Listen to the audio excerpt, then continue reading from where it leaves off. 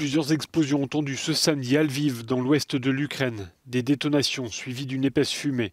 Il y a plusieurs blessés selon le gouverneur régional.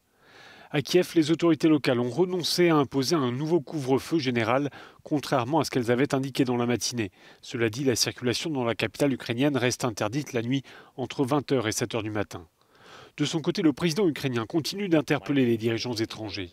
Ce samedi, il s'est adressé aux pays producteurs d'énergie rassemblés à Doha, au Qatar. Je vous demande d'augmenter la production d'énergie. Faites comprendre à la Russie qu'aucun État ne doit utiliser l'énergie comme une arme et comme un moyen de chantage.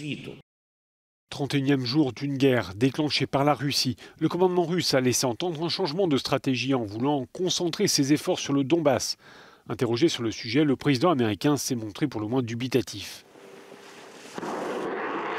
Ces images ont été diffusées par le ministère russe de la Défense, qui indique que 4 missiles ont été tirés depuis la mer Noire vers des installations militaires ukrainiennes.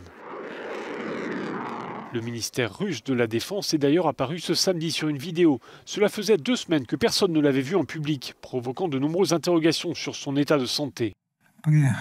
Malgré les difficultés que nous rencontrons aujourd'hui, nous suivons scrupuleusement les consignes en matière d'approvisionnement en armement.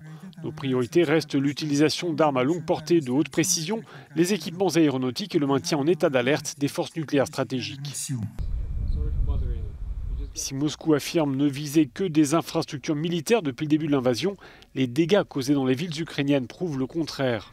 Comme à Mykolaïv ou encore à Mariupol, où de nombreux immeubles résidentiels sont en ruine. Les habitants espèrent l'ouverture de couloirs humanitaires pour quitter la ville encerclée par les Russes.